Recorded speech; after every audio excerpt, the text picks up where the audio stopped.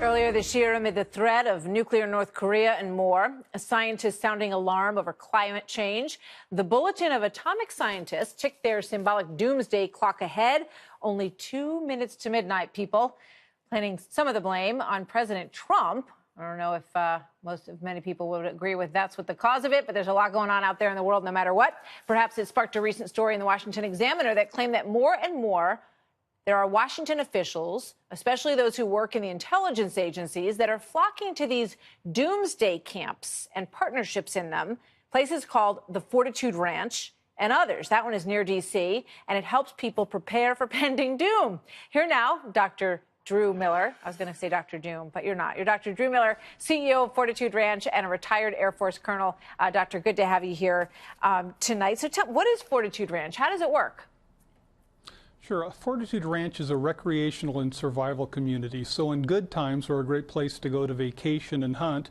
But in bad times, we're a survival retreat, a place where you can go to survive a pandemic or a long-term electrical outage or some other disaster that leads to a collapse in economic activity and loss of law and order. And you're genuinely concerned that this is something that we all need to be prepared for.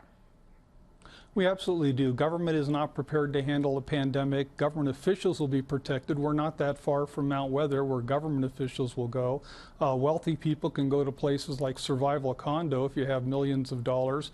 But most of us will be on our own with the loss of law and order from a pandemic or loss of the electrical system. Police won't be able to protect you in your neighborhoods. There's going to be gangs and people out there marauding for food.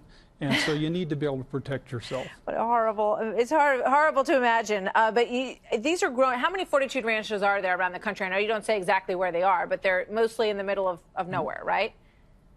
Well, we locate in remote areas. We're in West Virginia, west of D.C., and we're also in Colorado, and we're raising funds now to expand across the U.S. And how would you characterize interest in them? Has it exploded over recent years?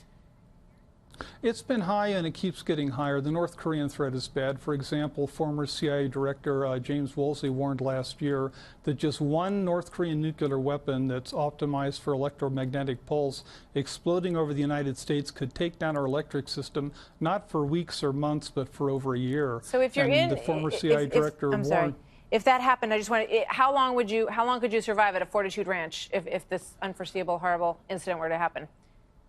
Well, we produce our own food, so we can last forever. But as Admiral Woolsey warned, if there's this kind of an attack and the electric system goes down, there'll be societal collapse. There won't be law and order. There'll be mass starvation. He estimated that up to 90% of the U.S. population could potentially perish in a disaster like that. And the worst threat we face is pandemics. We're overdue for a natural pandemic, and there are bioengineered viral pandemics that could just cause a catastrophe that we can't imagine today. This has been uplifting. I want to thank you. Thank you for being here. And you're giving everybody an option. Dr. Drew Miller, thank you very much. Good to see you tonight.